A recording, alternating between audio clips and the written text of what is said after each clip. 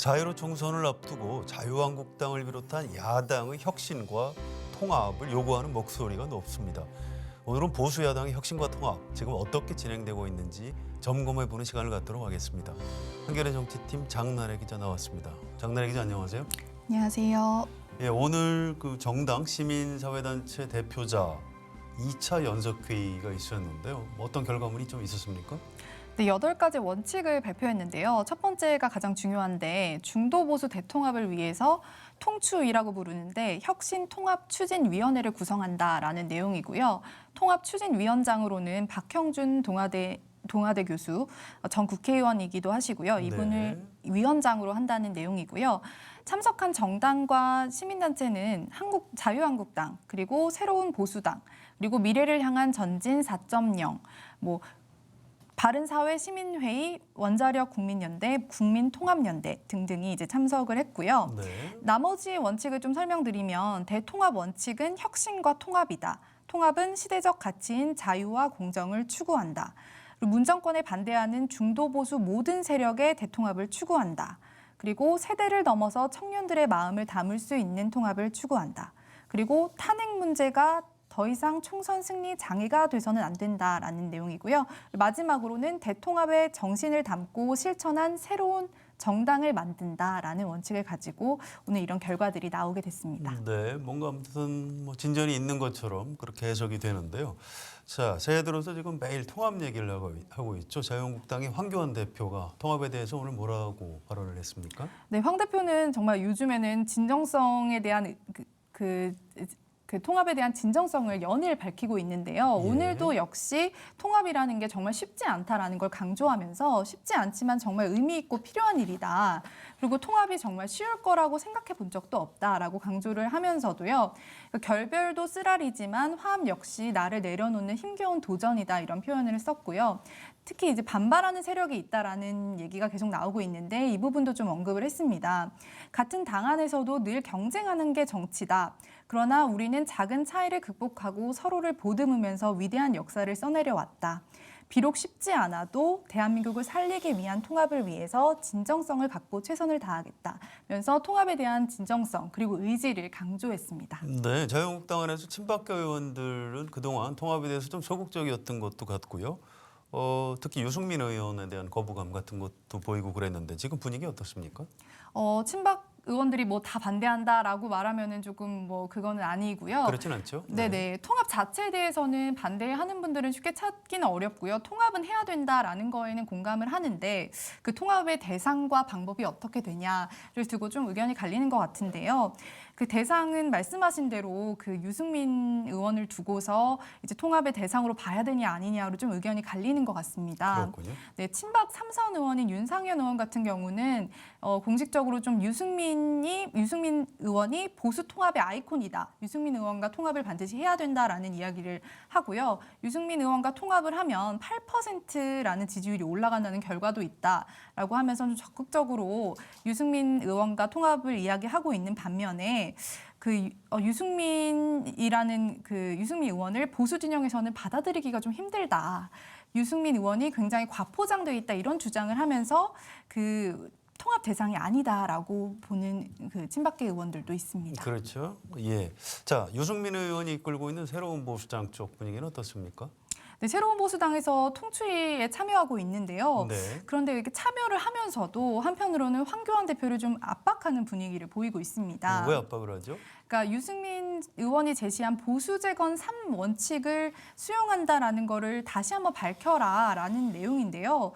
본인이 직접 공개적으로 좀 입장을 밝혀라. 그래야지 이렇게 내부 반발에 의해서 지금 통합이 좀 발목이 잡히는 모습들이 보이는데 대표가 좀 공개적으로 발표를 하는 상황에서 국민께 좀 앞에 약속을 하고 그렇지 않으면 통합 논의가 좀 불안정해지는 거 아니냐 이런 좀 우려가 나오는 것 같습니다. 네, 보수재건 3원칙이라는 게 뭔가요? 네, 첫 번째 번째는 탄핵의 강을 건너자는 건데요. 그러니까 탄핵이라는 거에 더 이상 발목을 잡혀서는 안 된다. 탄핵 자체를 인정하고 평가를 역사에 맡기자라는 겁니다. 그래서 우리는 탄핵의 잘잘못을 따지지 말고 미래로 나아가자라는 것이고요. 네. 둘째는 개혁 보수로 나아가자는 내용인데요.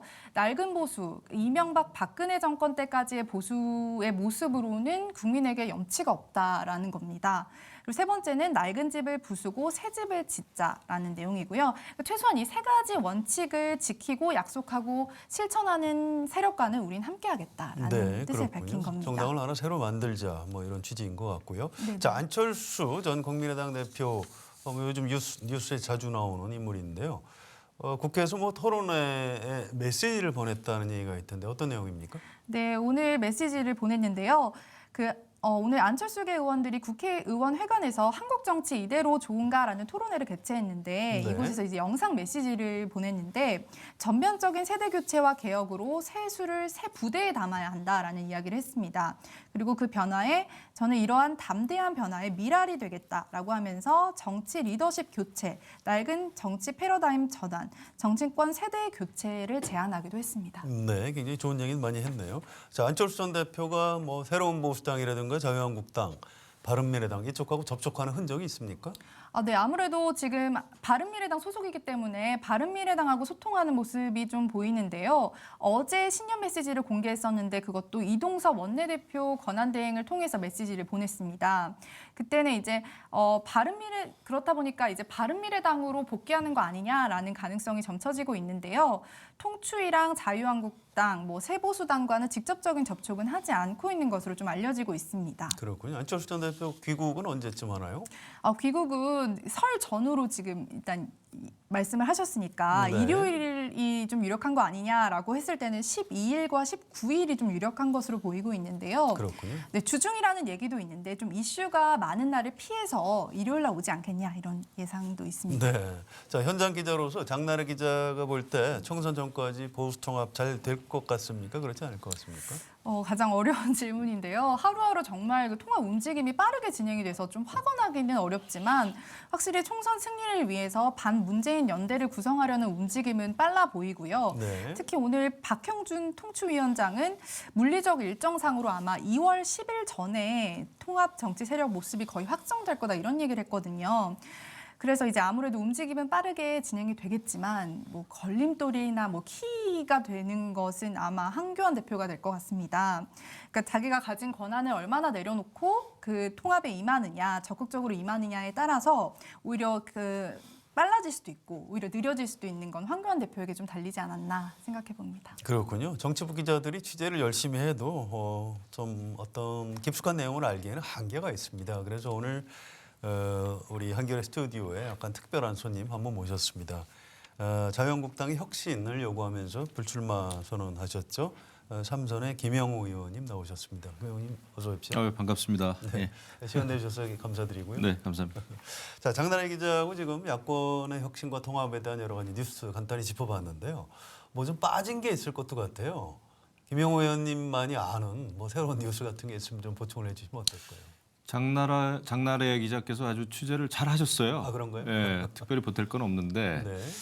지금 이제 그 보수 재건을 위한 세 가지 원칙 이제 유승민 의원 쪽에서 발표한 거죠. 이것을 수용해 달라라고 하는 이제 요구가 계속 있어 왔죠, 그렇죠?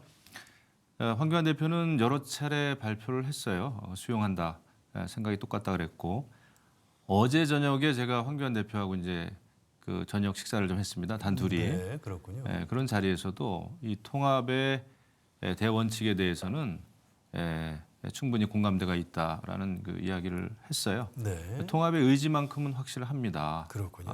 근데 이제 어떻게 이룰 것인가 이제 이게 문제죠. 그렇군요. 자, 자유한국당이 이제 황교안 대표 혼자 마음대로 할 수 있는 정당도 아닌 것 같고요. 전반적으로 이제 청의 같은 게 모아져야 될 것 같은데 김영우 의원님 보시기에 자유한국당 의원들의 어떤 야권 통합의 의지라고 할까요? 이런 거는 과거하고 비교해서 어떻습니까? 지금 이거는 그냥 무슨 통합은 선택의 문제가 아니에요. 이제 네. 필수고 저도 여러 차례 얘기했고 우리 당내 큰 흐름도 그렇습니다. 오늘만 해도 오전에 초선 의원들 모여가지고 통합해야 된다. 황교안 대표에게 또 그 힘도 실어 드려야 된다 이런 그 얘기를 했고요. 또 오늘 오찬에서도 저하고 거의 한 20명 정도의 이제 거기는 뭐 초선서부터 사선 의원까지 좀 네. 있었습니다. 정진석 의원, 뭐 김성태 의원, 또 박맹우 의원 얼마 전까지 사무총장 했던 그렇죠. 등등등 해가지고 한 20명의 의원들이 점심을 먹으면서 통합은 이것은 우리가 반드시 해야 될 그 숙제다. 이것을 안 하고 선거에 이길 수는 없다라는 그런 그 공감대에 다 그 저기 뭐야 공감을 했어요. 그런 뜻에 저는 잘 될 거라고 보고 물론 황교안 대표가 얘기했듯이 장애물이 있겠죠. 여러 특히 정치 어떤 세력이 합친다고 하는 것은 정말 어려운 문제입니다. 하지만은 이것은 지금 문재인 정권이 대한민국을 너무 위기에 빠뜨리고 국민들을 어렵게 한다는 거 아닙니까? 이것을 막아야 된다고 하는 것이 저희들의 뜻 아니겠어요? 그것을 성사시키기 위해서는 통합은 불가피하다. 왜냐하면 선거는 숫자 아닙니까? 숫자인데 우리가 중도를 품은 보수 대통합이 되지 않으면 네. 선거에서는 어려운 거죠. 이미 답이 나와 있습니다. 그 답을 풀 방법을 찾아야죠. 자, 통합으로 가기 위한 이제 경로가 좀 궁금한데요. 정당시민사회단체 대표자 2차 연석회의 이게 중요한 통로가 되는 건가요? 어떻게 전망하십니까? 전 필요하다고 봅니다. 사실 국회에 있는 국회의원들, 소위 이제 배치들, 국회의원들 서너 명이 그것도 따지고 보면 옛날에 다 같은 당에 또 있었던 분들 아닙니까? 네, 그렇죠. 헤어졌다가 다시 만나는 정도로는 안 되겠다는 거죠. 이것은 우리가 국민 속에서의 통합이 돼야 된다. 그래서 지금 이제 물론 보수 쪽은 솔직히 말씀드리면 이 진보 진영에 비해서는 그 시민단체가 이렇게 활성화되지가 않았어요. 그렇죠. 그렇기 때문에 이제 어떤 집회라든지 이런 것 때도 이게 조직화된 대중이 아니죠. 그럼에도 불구하고 지난해 10월 3일 날 그 광화문 집회를 보면 정말 어마어마하게 많은 그 시민들 국민들이 나오지 않았습니까? 네. 그런 분들의 목소리를 담아내려면 여의도 국회 안에서의 통합 가지고는 이거는 택도 없다. 그렇기 때문에 이제 오늘 말씀하셨지만 박형준 전 의원을 이제 위원장으로 하는 네. 그런 통합추진위원회도 이제 꾸려진 것이고 여러 세력이 하나가 되는 국민 속에서의 대통합이 돼야 된다라는 생각을 가지고 있죠. 자유한국당 안에서 혹시 박형준 통합추진위원장에 대한 뭐 호불호 같은 문제는 없을까요?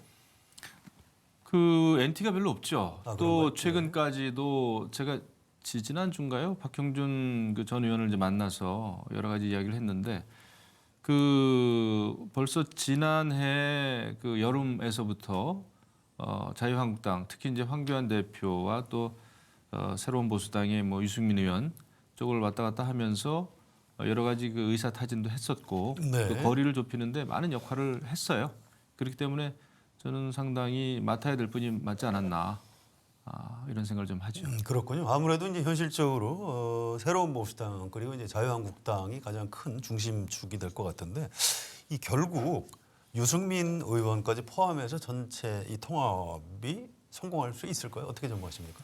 저희는 성공을 시켜야 됩니다. 그리고 아까 이제 우리 기자님 말씀도 좀 있었는데 통합에 있어서 뭐 유승민 의원은 안 된다, 된다. 그러니까 개개인의 사람을 놓고 통합을 따지기 시작하면은 이것은 저는 실패할 수밖에 없다 생각을 그렇군요. 합니다. 네. 왜냐하면은 그 개개인에 대해서는 호불호가 다 있지 않습니까? 그런데 저희가 이제 통합을 성사시키기 위해서는 우리 보수가 전체적으로 잘못했다라고 하는 그런 공감 속에서 가능하다, 성공이 가능하다 생각을 해요. 왜냐하면은 지금 문재인 정권도 이 법치주의를 엄청나게 무너뜨리고 있지 않습니까? 제가 정말 이 자리에서 드릴 말씀이 많지만 뭐 시간이 없는 관계로 네. 줄이고 오늘은 이제 통합에 줄이고. 대한 얘기를 주로 예. 듣습니다. 네. 그렇다면 저희도 3년 전, 4년 전에 이 보수 정권도 법치주의를 훼손했거든요, 사실. 그랬기 때문에 이제 박근혜 대통령에 대한 또 탄핵도 또 헌재에서 만장일치로 가결이 됐죠. 그렇죠. 탄핵의 편에 섰던 아니면 탄핵 반대편에 섰던 우리는 섰던 건 간에 우리는 보수 전체는 역사적인 책임이 있습니다. 이제 탄핵의 강을 건너자는 것은 바로 그 뜻일 거예요. 아, 그렇군요. 우리가 탄핵을 했든 안 했든 간에 보수로서는 정권을 빼앗긴 거 아닙니까? 우리 스스로도 분열이 됐고, 그럼 우리가 잘못했다라고 하는 공감 속에서 역사에 또 국민 앞에 죄를 지었다. 그렇기 때문에 우리는 지금 무너져가는 대한민국을 다시 세우기 위해서라도 우리 개개인에 대한 잘잘못을 따지기 전에 전체가 잘못했다는 공감대 속에서 하나가 돼야 된다라는 게 통합의 원칙이 돼야 되는 거죠. 그게 통합의 노선이자 철학이다 생각합니다. 법치주의를 세워서 대한민국을 위기에서 구해야 된다라고 하는 게 저는 통합의 노선이 돼야지. 아, 저 사람은 통합에 앞장섰지. 저 사람은 탄핵소추위원장을 했지. 저 사람은 친박 골수지.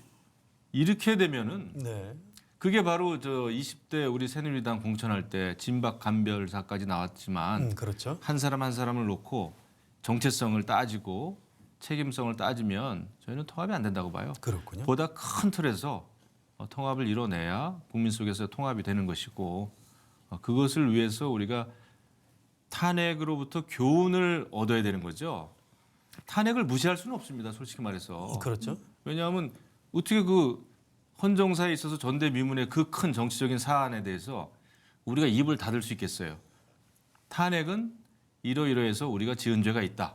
탄핵에 찬성했든 반대했든 이런 차원에서 탄핵의 강을 넘는다는 거지. 탄핵이 잘못됐다. 박근혜 전 대통령 무죄다. 이걸 주장하면은 그 건강한 보수, 합리적인 보수가 어떻게 함께 하겠습니까? 네, 그래서 알겠습니다. 그런 면에서의 이제 개혁 보수가 필요하고 탄핵의 강을 그렇게 지혜롭게 넘는 게 필요하다. 네. 생각하는 거죠. 자, 큰 틀의 통합 말씀하셨는데 혹시 안철수 전 대표도 그 통합 대상에 포함이 될까요? 어떻게 보십니까? 저는 뜻을 같이 할 수 있다면 같이 해야 된다고 봅니다. 네. 그런데 다만 좀 우려스러운 것은 안철수 전 대표는 사실 이제 진보 진영에서 여러 차례 모르겠어요. 본인은 배신당했다고 생각하는지 모르겠는데 그런가요? 네. 박원순 시장한테도 한번 당했고 또 문재인 대통령께도 사실 그 당 대표 시절에 네. 문재인 당 대표 시절에 한번 또 갈등을 겪고 나서 결국 안철수 전 대표가 딴살림 차리게 되지 않았습니까? 그렇죠. 네. 그렇다면 이번에는 과연 안철수 전 대표가 어떤 행보를 할까? 그게 저도 이제 궁금해요. 하지만 과거는 과거고 지금 이 상황에서 중도를 아우르는 대통합, 보수 통합. 근데 이제 안철수 전 대표는 보수라는 용어를 좀 꺼려하더라고요. 싫어하시죠? 예, 꺼려하더라고요. 네, 그렇습니다. 뭐 그럴 수는 있어요. 하지만 저희가 그런 어떤 용어나 그런 그 이념적인 어떤 특정 그런 그 용어에 사로잡히기보다는 현실 그 대한민국이 처한 이 상황을 타개하기 위해서 대한민국을 바로 세우기 위해서 자유민주주의라고 하는 헌법적인 가치를 지켜내기 위해서 통합이 필요한 거니까 그런 대의에 동참을 한다면 저희하고 같이 못할 이유가 하나도 없다고 생각합니다. 그렇군요. 아까 좀 뭐 보수 통합의 어떤 장애물 같은 것도 말씀을 주시긴 했는데 다시 한번 정리 차원에서 제가 질문을 드린다면 지금 추진하고 있는 어떤 보수 야권의 통합이 참 쉽지 않고 어려운 이유가 뭐라고 생각하십니까? 저는 여러 가지 요인이 있겠죠. 그런데 이제 정치는 또 현실 아닙니까? 네. 그 정치는 현실인데 결국 현역 의원들이 있고 그다음에 또 각 당은 그 지역구가 있지 않습니까? 이게 결국 이제 선거를 앞둔 통합이다 보니 이제 출마를 앞둔 정치인들이지 않습니까? 그렇죠. 이런 상황이기 때문에 상당히 예민할 수가 있다. 그럼에도 불구하고 우리가 서로 이제 각 당의 의석수나 그런 지역구 이런 것만 생각을 하면 국민들이 볼 때는 저 사람들 또 저 의석수라든지 그 국회의원이 되기 위해서 이렇게 적당히 합치는 거구나. 그것 때문에 저 사람은 또 자꾸 빼려고 하는 거구나. 그거는 통합이 아니라 야합이 되는 거죠. 그렇게 되면. 그렇군요. 네. 그래서 통합의 명분, 노선, 철학을 먼저 정하는 게 저는 굉장히 중요하다고 보고 그리고 이제 뭐 정치는 또 현실이니까 출마할 사람을 제대로 적재적소에 물론 적재적소라는 게 뭐 굉장히 이제 어려운 문제지만 얘기죠. 현실로 네. 들어가면 누구를 공천할까라는 문제는 정말 어렵지 않습니까? 그렇죠. 그럼에도 불구하고 그건 뭐 저희가 해야 되죠. 알겠습니다. 그런 것은 차차 실무적으로 저는 해결 가능하다 생각합니다. 자, 자유한국당 쪽으로 조금 넘어가 보겠습니다. 자유한국당 안팎에서 황교안 대표가 물러나고 비대위를 만들고 이렇게 해야 보수통합이 잘 될 것이다. 뭐 이런 주장들이 있습니다. 홍준표 전 대표도 그런 얘기를 했고요. 이런 황교안 대표가 대표직에서 좀 물러나야 보수통합이 되는 것 아니냐 이런 의견에 대해서 어떻게 생각하십니까? 저도 사실 얼마 전까지 이제 통합 비대위가 필요하지 않느냐라는 얘기를 언론 인터뷰에서 여러 차례 했어요. 네. 그것은 뭐냐면은 이제 황교안 대표께서 과연 통합을 정말 할 수 있을 것인지 그런 그 진정성 그런 게 있는 것인지 조금 우려되는 때도 있었습니다. 그런데 이제 지금 제가 이제 황교안 대표도 만나고 얘기를 많이 들었는데 이분은 통합에 대해서 의지가 있구나라는 걸 제가 이제 좀 믿었고 그렇다고 한다면은 지금 우리 당 대표가 그냥 당 대표를 던져서는 내려놔서는 당의 구심점이 없어지는 거죠. 그거 쉽지 구심점 않습니다. 문제가 있군요. 예, 네. 그러면 누굴 중심으로 해서 자유한국당이 누굴 대표로 해서 다른 당, 다른 정치 세력하고 이 통합을 이끌어낼 것인가? 이게 정치에 있어서 구심점은 굉장히 중요한 거 아닙니까? 네, 그렇죠. 예, 지금 사실 자유한국당 자체가 비상시기예요. 황교안 대표가 비상대책위원장인 셈입니다. 그런 거예요. 예, 네. 계속해서 한 번도 저희가 평안했던 적이 없잖아요. 그리고 이제 당 대표 되고 나서도 계속 이제 우리가 이제 투쟁을 이렇게 해왔는데 이 상황에서 특별한 대안도 없이 당 대표를 그냥 끌어내린다. 이것은 쉽지 않다. 알겠습니다. 오히려 당 대표에게 통합을 위해서는 이러이러한 게 필요하다라고 조언을 많이 해줘야 되는 거지. 부족한 면을 부각시켜서 당신 그만두시오 하면 안 될 거예요. 우리 잘 생각해야 됩니다. 지금. 네. 자, 자유한국당 출입 기자인 장만혜 기자가 질문을 좀 이어가도록 하겠습니다. 네, 저는 한국당을 출입하고 있으니까 한국당 상황에 대해서 좀 질문을 드리겠습니다. 네, 지금도 계속 얘기하고 있습니다. 네, 지난해 12월 초에 의원님께서 이제 불출마를 선언을 하시면서 이제 한국당의 혁신을 좀 요구하셨잖아요. 의원님께서 보시기에 한국당의 가장 큰 문제가 뭔지 궁금합니다. 저는 뭐 저희 자유한국당의 문제이기도 하고 민주당의 문제이기도 하고 따지고 보면 이제 모든 정당, 정치권에 대한 문제인데 이 대한민국 정치권은 여러 다른 분야, 그러니까 뭐 이를테면 다른 기업체라든지 다른 문화예술단체라든지 이런 거에 비해서 이 제대로 된 경쟁을 사실은 안 하고 있어요. 싸움은 하고 있지만 이게 무슨 얘기냐 하면 대한민국에서는 제1당, 제2당은 대충 한 100석 정도, 100석 이상 좀 안 좋을 때는 100석 미만이지만 100석 정도의 의석을 확보를 합니다. 늘 선거에서, 총선에서. 그랬었죠. 네. 그러다 보니까 우리가 야당할 때는 여당이 조금 실수하면 우리 여당 되지. 또 여당은 뭐 야당 돼도 제1야당이니까 그러니까 독과점 체제인 거예요. 그러다 보니까 독과점 체제인 경우에는 제대로 된 자기 혁신을 못 하는 거죠. 네. 조금만 기다리면 또 야당이 여당 되니까. 그러다 보니까 야당은 과거 또 여당 때 그 습성을 못 버리는 거예요, 서로.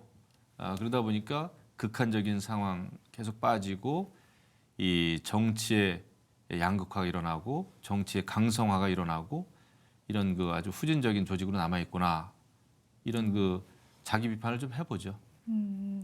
그러면 황교안 대표에 대해서 좀 질문을 드리자면 리더십 문제가 좀 연일 많이 거론이 되는데 리더십을 좀 어떻게 평가하시는지 최근에는 뭐 좀 극우 메시아주의 아니냐 뭐 이런 비판도 좀 있었는데 평가를 좀 어떻게 하세요? 전 두 가지 정도 생각이 좀 드네요. 지금 이제 당장 생각에 한 가지는 황교안 대표는 사실은 굉장히 어려운 때, 자유한국당이 어려운 때, 보수가 어려운 때 당에 들어와서 굉장히 고생을 하고 있는 분입니다. 네. 예, 그 정도로 열심히 한 당대표를 저는 일찍이 보지 못했어요. 꼭 머리 깎고 단식했다고 열심히 했다는 게 아니고 평상시 매일매일의 일정 자체가 그렇더라고요. 그렇죠. 예, 그 점에 대해서는 우리 당원들은 고마워해야 된다. 근데 이제 또 하나는 개혁이 굉장히 중요하지 않습니까? 네. 문재인 정부, 문재인 정권에 대해서 투쟁만 가지고는 우리가 국민들의 지지를 받을 수가 없다. 그게 굉장히 중요하죠. 그래서 우리는 개혁과 통합 이런 걸 또 개혁과 투쟁을 같이 해야 되는데 그 주변 분들이 많이 이제 조언을 하겠지만 너무 일방적인 이렇게 편협한 생각을 하는 분들의 의견만 들어서는 안 된다. 그래서 제가 어제 솔직히 얘기했어요. 너무 저기 소수 친박 의원님들 얘기만 듣지 마시라. 모두가 애국심이 있겠지만 어차피 선거는 선거니까 다양한 목소리. 우리는 집토끼에 대해서는 많은 전략을 세워왔고 또 많이 공고가 됐습니다. 네. 이제 중요한 것은 산토끼. 대한민국을 걱정한 합리적인 국민들. 이런 분들의 마음을 얻지 않으면 우리는 안 되거든요. 그렇죠. 그런 말씀 좀 드렸죠. 그럼 황 대표님 반응은 좀 어떠셨어요? 공감을 하셨죠. 예, 또 뭐 단둘이 이제 얘기하고 그랬는데 예. 어제 좋은 얘기 많이 했습니다. 그럼 이번에 원내대표 질문을 좀 드리면 심재철 원내대표에 대해서는 좀 어떻게 평가하시는지 궁금한데요. 좀 역할이 없는 거 아니냐 이런 좀 비판도 나오는데 의원님께서는 어떻게 보시는지. 지금 뭐 이제 5선 관록의 원내대표신데 특별히 달리 하실 수 있는 게 사실은 없을 거예요. 저희가 계속 패스트트랙 그 국면 이후에 투쟁을 해왔지 않습니까? 네. 그리고 뭐 얼마 전에 이제 원내대표가 되셨는데 또 이제 선거는 또 다가오고 이런 상황에서 더더욱 지금 여당이 보통 여당입니까? 4+1이라고 하는 그런 또 해괴한 그 협의체 만들어 가지고 모든 법안을 밀어붙이니까 저희는 그냥 눈 뜨고 지금 당하는 건데 네. 특별한 묘수는 없어 보여요. 다만 이런 때 중요한 것은 국민들 마음을 얻는 것이니까 원내가 됐든 당대표가 됐든 어떻게 하면 우리 당 전체가 개혁을 통해서 국민들의 지지를 얻어낼 수 있는가. 이게 이제 가장 중요한 거죠. 지금 뭐 법안 처리 이미 다 됐잖아요. 네네. 예. 다 됐죠. 이런 상황에서는 이제 우리가 해야 되는 것은 뭐 개혁이죠. 통합이고.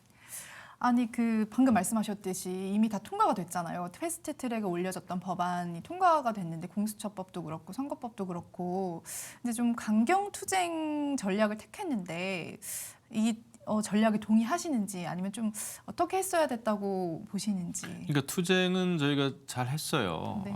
정말 열심히 했죠. 그런데 이제 국민들이 우리를 어떻게 볼 것인가를 우리는 늘 생각을 해야 됩니다. 그렇죠. 우리가 국민의 눈높이와 국민의 정서 또 상식 여기에 맞게 해야 되죠. 네. 투쟁이 잘못됐다는 게 아니라 우리 스스로 아까 제가 이제 말씀드렸지만은 과거 불과 3년 4년 전에 우리가 잘못했던 우리 보수의 그런 과거 역사적인 책임에 대해서 통감하면서 네. 이것을 바탕으로 하면서 우리 스스로 개혁을 했어야 되고 그다음에 우리가 이제 당직 하나를 인선하더라도 수도권이 또 굉장히 중요하니까 네. 그런 어떤 좀 탕평 인사를 하고 그다음에 인재 영입을 하더라도 박찬주 대장 이런 분들 말고 뭐 어제는 잘했잖아요 또. 네, 그렇죠. 그렇습니다. 어제는 반응이 네. 좋았죠. 저는 사실은 이런 식으로 이제 여당이든 야당이든 인재 영입을 막 하고 그런 걸 좋아하진 않아요. 아, 이게 어떤 풀뿌리 민주주의에는 맞지는 않습니다. 이게 뭐 헤드헌터사가 그냥 신입사원 막 그냥 영입하듯이 그렇죠. 이거는 좀 말이 안 돼요. 원래는 모든 분야의 인재들이 그 지역에서 경쟁해가지고 국회에 들어오는 게 맞는 거죠. 그렇죠. 뭐 어쨌든 간에 어제는 잘 했어요. 네네. 선방했습니다. 그러니까 인재 영입을 하더라도 좀 개혁적으로 해야 되고 또 당직 인선을 해도 개혁적으로 해야 되고 그렇습니다. 그리고 우리의 과거를 제대로 반추해보고 교훈은 무엇인지 또 우리가 계승 발전시켜야 될 것은 무엇인지 뭐 이런 식으로 해야 우리의 투쟁이 좀 국민들로부터 지지를 받겠죠. 네. 그러면 여기 나오신 지금 김 의원님 비롯해서 불출마자 분들이 좀 계셨잖아요. 뭐 김세연 의원님, 뭐 김도읍, 뭐 한선교, 네. 뭐 여상규 이런 의원님들이 쭉 이제 불출마 선언을 했는데 대구 경북에서는 아직까지 뭐 한 번도 안 나오셨는데 좀 그 이유가 있다면 뭔가 이유가 좀 있을까요? 잘 모르겠습니다. 저는 뭐 제가 불출마했지만 네. 다른 분들보다 불출마하시라는 얘기는 저는 할 자격은 없고요. 네. 저는 뭐 제가 제 불출마를 그냥 결정한 것이지 네네. 다 알아서 하는 거죠. 다 뭐 그렇죠. 3선 4선씩 돼가지고 다른 분의 출마. 아니 뭐 정치적인 결정은 본인이 하는 겁니다. 책임도 본인이 지는 것이고요. 네, 알겠습니다. 그러면 좀 다른 결의 질문인데 아까도 탄핵에 관한 이야기가 좀 나왔었는데 이제 박근혜 전 대통령 탄핵에 책임 있는 친박 세력을 공천에서 좀 배제해야 된다 이런 의견에 대해서는 조금 어떻게 생각하시는지 궁금합니다. 그거 이제 굉장히 아주 예민한 질문인데 네. 제가 말씀드렸지만 탄핵에 찬성한 사람들은 그럼 죄가 없느냐? 저는 아니라고 봐요. 저도 탄핵에 그 탄핵 소추안에 가결했죠. 네네. 그때는 저의 결정 저는 굉장히 존중하고 그거 자체를 후회하진 않습니다. 하지만 결과적으로 보수는 분열했고 네. 대선에서 또 패했고 지난해 지방선거에서도 패했습니다. 그렇죠. 그 다음에 20대 그 이전에 20대 막장 공천했지 않습니까? 그러니까 모든 일련의 이 정치 행태들이 다 우리가 지은 업보고 우리가 지은 죄입니다. 그러니까 이것을 반성해야 된다고 봐요. 네. 탄핵에 찬성했던 반대했던 탄핵에 반대하고 당에 남아 있는 분들만 그럼 애국자냐? 그건 아니죠. 그렇죠. 하지만 또 당을 지키기 위해서 노력했던 그 마음은 저희가 또 존중을 해드려야 되죠. 네. 그러니까 우리는 서로가 서로를 존중해야 되고 서로가 서로에게 여태까지 입힌 상처를 보듬어줘야 됩니다. 네. 그래야 통합이 되는 거지. 저 사람은 저래서 안 되고 또 탄핵에 찬성하고 또 탈당 안 한 분들도 또 많이 있어요. 그렇죠. 그럼 또 뭡니까? 그렇기 때문에 우리는 그 당시에 우리 결정을 다 반성은 하되 존중은 해줘야 됩니다. 정치적인 결정에 대해서는. 그리고 결론적으로는 헌재에서 판결이 났잖아요. 그건 역사적인 사실이 된 거예요. 네. 또 우리는 법치를 지금 바로 세운다고 하면서 헌재 판결을 그럼 뒤집을 겁니까? 그러면 안 되죠. 아니죠. 예, 네. 법치를 세운다고 하면서 그것은 존중해야 됩니다. 다만 박근혜 전 대통령에 대한 탄핵, 네. 역사적인 또 정치적이고 정무적인 판단은 또 후세들이 하겠죠. 그렇게 해야 우리가 좀 탄핵의 강을 건널 수 있지 않을까 생각합니다. 건너기 참 쉽지 않아요. 네, 그러면 의원님 개인적으로는 탄핵에 대해서 아까 뭐 찬성하신다고 얘기는 하셨지만 좀 입장이 어떠신지 궁금합니다. 탄핵을 저는 했고 왜냐하면 당시에 뭐 최순실이다 정유라다 해가지고 어떤 그 법치가 무너진 건 사실이잖아요. 네, 그렇죠. 또 여러 기업체 그 출연금 모은 것도 사실이고 네. 그러니까 그것은 편법이고 불법이죠. 예. 그것은 하지만 지금 문재인 정권 하는 거 보면은 지금 문재인 정권에 비해서는 정말 세 발의 피다라는 생각을 좀 합니다. 과연 탄핵까지 갔어야 되는가라는 생각은 조금 좀 되새겨 볼 필요는 있어요. 네네. 하지만 뭐 탄핵이 이미 됐고 그것은 저희가 받아들여야 되겠죠. 네. 그러면은 박 전 대통령의 그 탄핵 무효를 주장하는 태극기 세력하고 그 자유한국당을 비롯한 보수 정당의 관계는 조금 어떻게 정립해야? 탄핵 무효는 정치적으로 저희가 주장할 수는 있겠지만 네. 이미 헌재 판결이에요. 대통령 탄핵은 정치적인 현실이다. 그것을 무효화하는 것은 결국은 또 국민들 사이에서 분열 네. 외에는 뭐 결과될 게 없겠죠. 그거 가지고 계속 싸우는 것은 저는 오히려 통합에도 도움이 안 되고 네. 또 지금 문재인 정부에 대한 그 투쟁의 단일 대오를 갖추는데도 전혀 도움이 안 된다 생각합니다. 네, 제가 좀 이어서 좀 질문을 드릴게요. 총선까지 이제 100일도 남지 않았는데요. 지금까지 이제 자유한국당 뭐 보수 세력 전체도 좋습니다. 다 혁신 과제가 있고 통합 과제가 있는데 어떤 우선순위라고 할까요? 그건 어느 쪽에 둬야 된다고 보십니까? 그거는 동전의 양면이고 수레의 두 바퀴예요. 그 어느 바퀴가 혼자 먼저 굴러가면은 그 수레가 제대로 균형을 잡고 굴러가기가 어렵겠죠. 그렇군요. 네, 그래서 저는 그 같이 해야 된다 생각합니다. 예. 지금 야당 특히 보수 야권이 총선에서 좀 뭐 이기거나 선전을 하기 위해서 도대체 뭘 어떻게 해야 하는지 좀 잘 보이지 않는 측면이 있습니다. 뭘 어떻게 해야 된다고 보십니까? 저희가 이기기 위해서요. 예. 해야 될 게 너무 많은데 일단 통합을 잘 이루어내야 되겠죠. 네. 국민들이 봐도 저거는 자기들 밥그릇 챙기는 것이 아니라 정말 그 4+1이 추구한 그 선거제 변형을 위해서 변형을 통해서 밥그릇 챙기는 그런 것이 아니라 야당의 이번 그 단합은 통합은 나라를 위한 것이구나 하는 것을 저희가 보일 수 있어야 됩니다. 그렇죠. 그러기 위해서는 밥그릇 챙기는 게 아니라 내려놓는 분들이 좀 많이 필요해요. 어쩔 수 없이. 사실 정치인이 돼가지고 불출마하는 것은 굉장히 불명예스러운 겁니다. 그리고 박수 받을 일이 아니에요, 사실은. 네. 정치인이 돼가지고 지역구의 지지자들도 있고 또 국민적인 차원에서 또 많이 성원해 주신 분들이 있으면 출마해가지고 당선되는 게 맞죠. 근데 오죽하면은 불출마를 하겠어요. 오죽하면. 이것은 정치권을 바라보는 저희를 바라보는 국민들이 신뢰가 없다 보니까 그러면 나라도 찻잔 속의 태풍인 걸 알면서도 불출마를 좀 하면서 내려놓는 모습을 좀 보이고 그리고 새로운 아까 말씀하셨죠? 새 부대 새술 담길 수 있도록 빈자리를 마련해 주는 게 우리가 해야 될 일이다 해가지고 이제 불출마를 하는 건데 이런 게 그래도 조금 지속적으로 이어지면 도움은 되겠죠. 그러니까 내려놓는 거 필요하고 그다음에 이제 또 여러 가지 정책적인 면에서의 개혁도 필요하겠죠. 정말 지금 경제가 엉망이고 일자리가 없어지고 또 외교 안보가 흔들리고 교육이 또 완전히 뭐 이상하게 돌아가고 있지 않습니까? 이런 면에 있어서의 제대로 된 그 정책적인 대안을 내놓는 게 또 필요하다 알겠습니다. 생각하죠. 자, 2018년 지방선거 끝나고 김영호 의원님이 우리 한겨레 텔레비전에서 스튜디오에 불러서 제가 인터뷰를 한 적이 있고요. 아 2016년인가요? 2018년 지방선거 끝나고. 네, 네. 네. 근데 그때 굉장히 인상적인 말씀을 하신 게 있어요. 지방선거 참패가 이게 심판의 끝이 아니고 시작일 수 있다. 굉장히 좀 그 자유한국당으로서 섬뜩한 얘기를 하셨고요.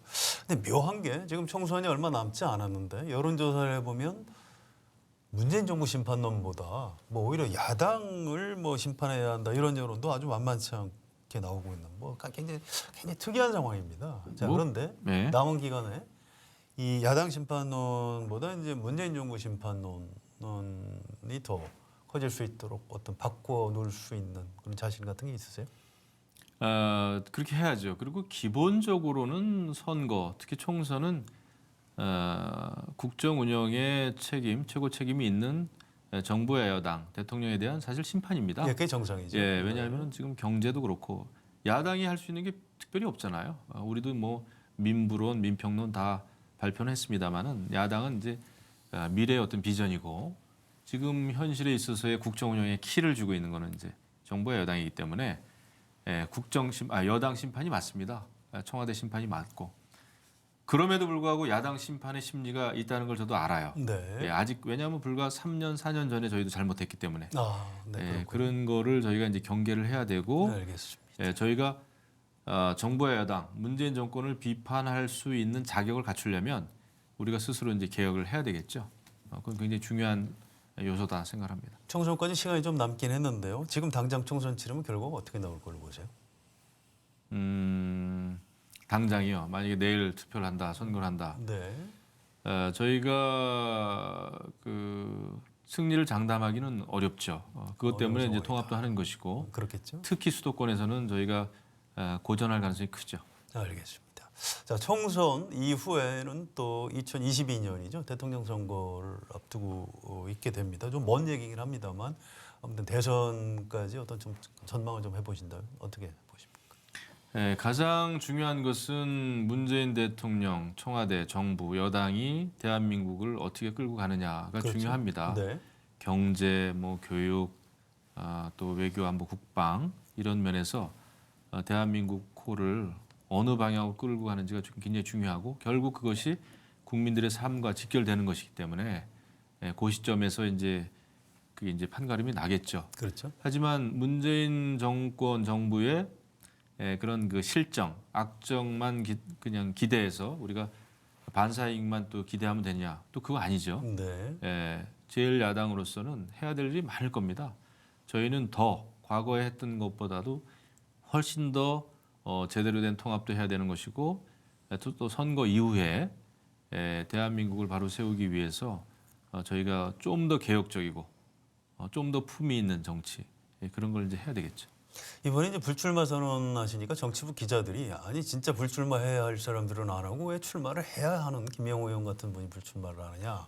잘 봐주셔서 그렇죠. 뭐 저도 부족한 게 많고 정치부 기자들 일반 여론인데요. 아무튼 선출직 공직자 내년 총선에 안 나오시겠다는 거지 뭐 정치를 그만하시겠다는 거는 이제 아닌 걸로 알고 있습니다. 어떤 김영호 의원님 개인적인 앞으로 정치적인 계획 어떻게 세우고 계신가요? 정치적인 계획은 없어요. 일단은 5월까지는 현역 의원이니까 아 그렇죠. 네. 현직에 있을 때 최선을 잘해서 마무리를 잘 하는 것이고 뭐 저는 정치적인 계획은 아직 세우지 않았습니다. 아 그렇군요. 자 마지막으로 우리나라 보수 세력 또 지금 자유한국당을 비롯한 보수 성향의 정당들이 좀 제대로 건강한 보수 정당이 되기 위해서 어떤 제언 같은 거 한 말씀 부탁을 좀 드리겠습니다. 제일 중요한 거는 정치는 제가 뭐 이런 얘기 할 만큼 자격이 있는지 모르겠지만 결국 양심에 따라서 또 법과 원칙에 따라서 가장 중요한 것은 헌법이고요. 거기에 따라서 정치를 하는 것이 맞다. 그리고 어떤 뭐 패거리 정치 또 진영 논리에 빠진 정치 이런 거에서 이제 벗어나야 되겠죠. 네. 그래야 우리 정치가 국민들에게 좀 희망을 줄 수 있지 않을까 그런 생각을 합니다. 가장 중요한 것은 저는 양심, 상식, 헌법, 법률이다 이렇게 생각합니다. 네, 김영우 의원님 말씀하신 대로 어떤 보수 정당, 자유한국당의 어떤 혁신 또 통합의 성공을 저도 기원하겠습니다. 오늘 좋은 말씀 주셔서 감사드리고요. 장나래 기자도 수고하셨습니다. 감사합니다. 보수주의는 급진적인 변화보다는 점진적인 변화와 보존을 선호하는 사상입니다. 국민의 생명과 재산 그리고 자유라는 소중한 가치를 지키기 위해서 버릴 것은 버리고 고칠 것은 고쳐야 한다는 사상입니다. 보수라는 개념 안에 변화와 개혁이라는 개념이 포함되어 있는 것입니다. 그런데 언제부턴가 우리나라 보수 세력은 변화와 개혁을 거부하고 있습니다. 변화와 개혁이 없으면 보수 세력이 아니라 수구 세력일 것입니다. 박근혜 전 대통령 탄핵이 무효라고 주장하는 사람들이 있습니다.